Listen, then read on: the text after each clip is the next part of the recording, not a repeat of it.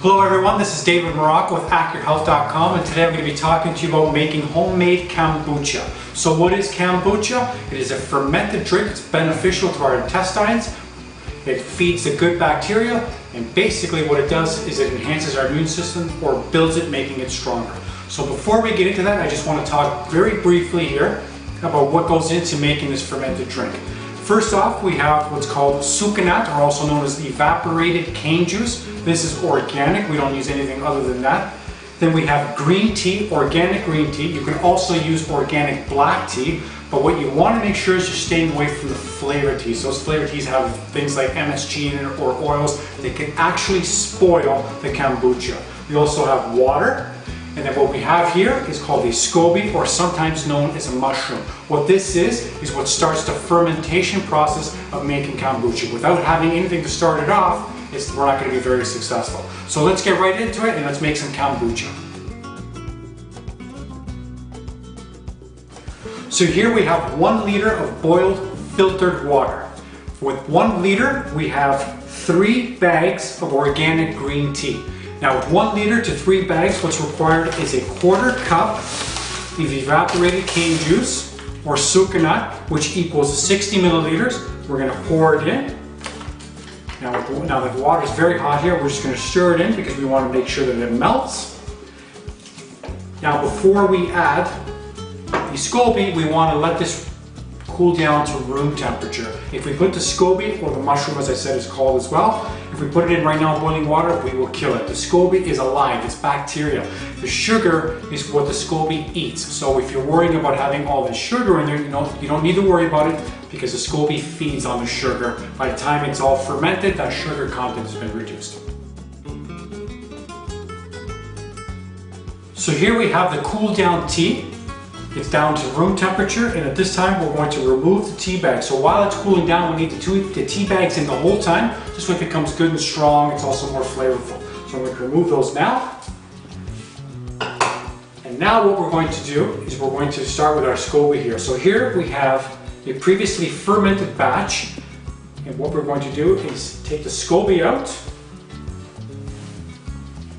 And we're going to be using the Scoby to start our new fermenting batch. So here's a close-up view of the Scoby, and as you take a close look, you can see there's different layers of it. Now what happens is every time you do a fermentation, a new layer forms. So the latest one was the little one on the top. The small one is because it's a baby Scoby that was just recently formed. Now in this particular batch we have 3, but if you start getting too many, what you do is you remove a layer and you can give it away, give it to a friend, or you can do multiple batches simultaneously with each one of these that form. So now we're going to take the Scoby and we're going to place it right into our new jar here. We're going to place it into a glass jar. We want to avoid metal jars because the metal actually works against the fermenting process. Now from our previously fermented batch that I just removed the Scoby from, what we're going to do is we're going to take a little bit of this fermented kombucha, and we're going to pour it in here. We don't need to add too much, just a little. So what we're going to do now is we're going to take the green tea that we just made, that's cooled down at room temperature, and we're going to pour it all in. And we're going to fill this glass jar all the way up. And once it's filled, what we need to do is we need to cover it. You can use a cheesecloth. I'm using a 100% cotton cloth. Just lay it on top, put elastic over it. Now all we need to do is we need to leave it in a dark room for approximately a week, 7 days.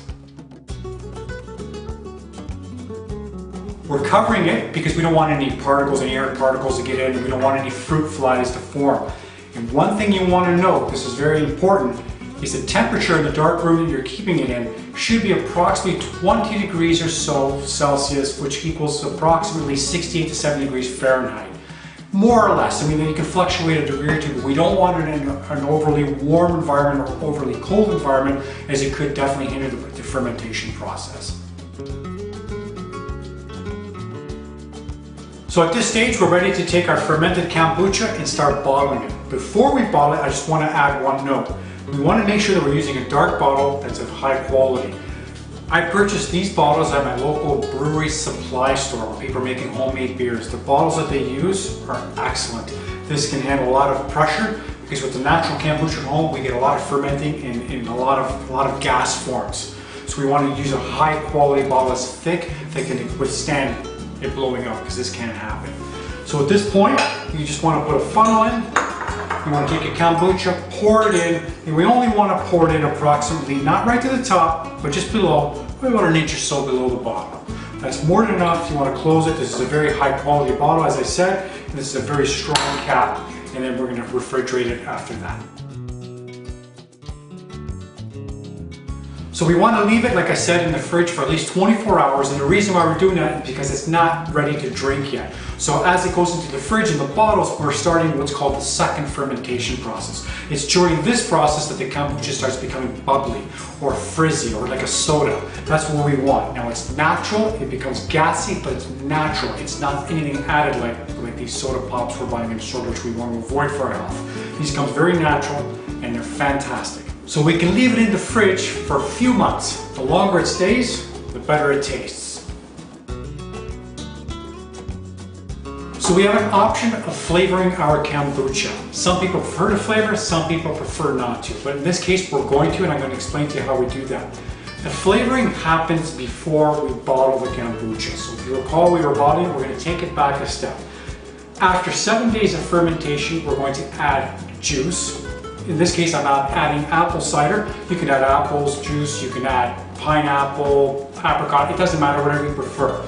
There is no general rule of thumb, but preferably what we would want is to 1 liter, we're going to add approximately 200 milliliters. So if it's 4 cups, we're going to add approximately 1 cup or just under. Some people choose to add a little more because they like more flavoring. Again, there's no rule, it's personal preference. So in this batch, we're going to add some apple cider juice.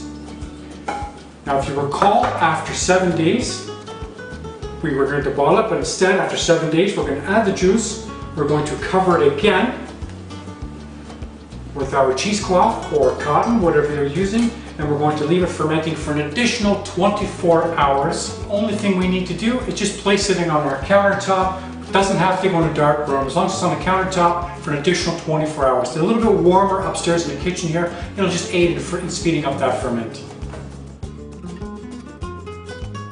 So now after the juice has been added, after 24 hours of additional fermentation, 8 days in total, we're ready to remove our cheesecloth or cotton, and we'll start bottling. So now we're ready to open up our first bottle of kombucha. This particular bottle has been fermenting in my fridge now for approximately 2 months. Now I'm going to show you safely how you open it, and you're going to understand why we need a really high quality bottle that can withstand that kind of pressure. I can assure you, if you're going to open this and you're not careful, you will be cleaning your sealings. So first thing you're going to do is you want to definitely cover your bottle, and as we're covering it, you want to grab the latch at the same time here to open it. You want to push down because there's a lot of pressure after 2 months.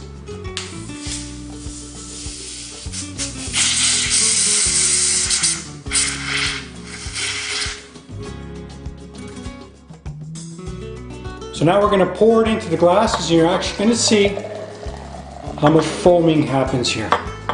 Again, this is all natural through the fermentation process. Nothing's been added. It's just as frizzy as if you're opening up a can of soda pop. So as you can see, we have a great beverage here, a fermented kombucha, very much like a soda, but obviously it's nothing artificial, very healthy for you. It's a fermented beverage. I hope you enjoyed this video. Again, my name is David Morocco with AccuHealth.com. Subscribe to our newsletters, like us on Facebook, but most of all, stay healthy, folks, and we'll see you soon again. Thank you.